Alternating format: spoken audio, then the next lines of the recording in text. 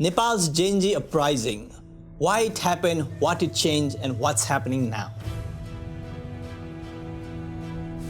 Over the past week, Nepal's Genji turned frustration into a nationwide movement. A social media blackout, corruption, anger, and years of limited opportunity boiled over. The Prime Minister resigned and dozens are dead. Today we are unpacking why this happened, what it changed, and what is happening there right now. The spark was a government ban on major social media platforms: Facebook, Instagram, WhatsApp, YouTube, Snapchat, after platforms reportedly missed a registration deadline. For a digital native generation, cutting off their online lifeline was the last straw. But the fuel had been piling up.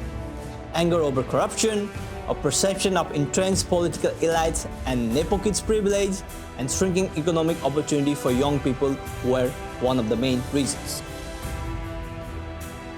Looking at the timeline, on September 8th, thousands of people, mostly young protesters, Genjis in their school uniform, flooded Kathmandu and other cities.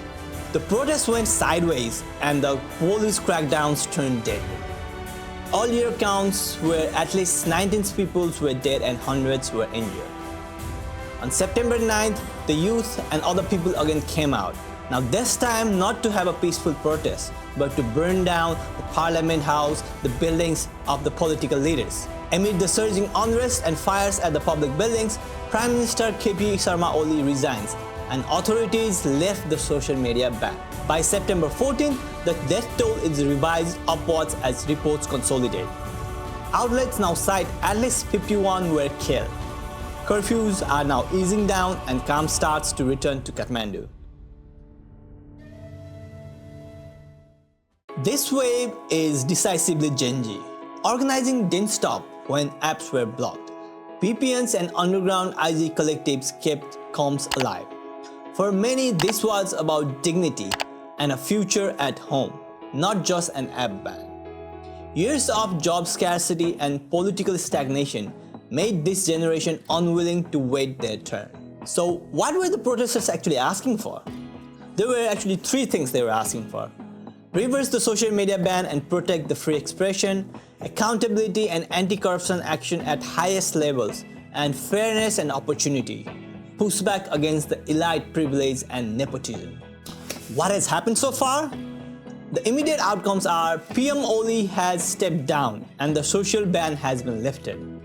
There is an interim leadership now with former Chief of Justice Sushila Karki as the Nepal's first female Prime Minister. Also, the election dates have been finalized. Authorities have set March 5 for the national polls. But the human cost is heavy.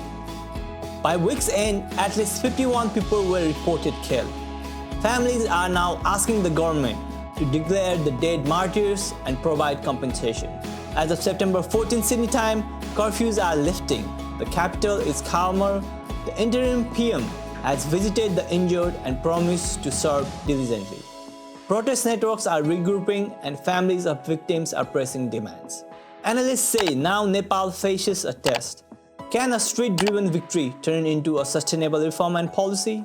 As I reflect back on this story is bigger than Nepal. It's about a generation willing to risk everything for a fairer system. But toppling a leader is step one.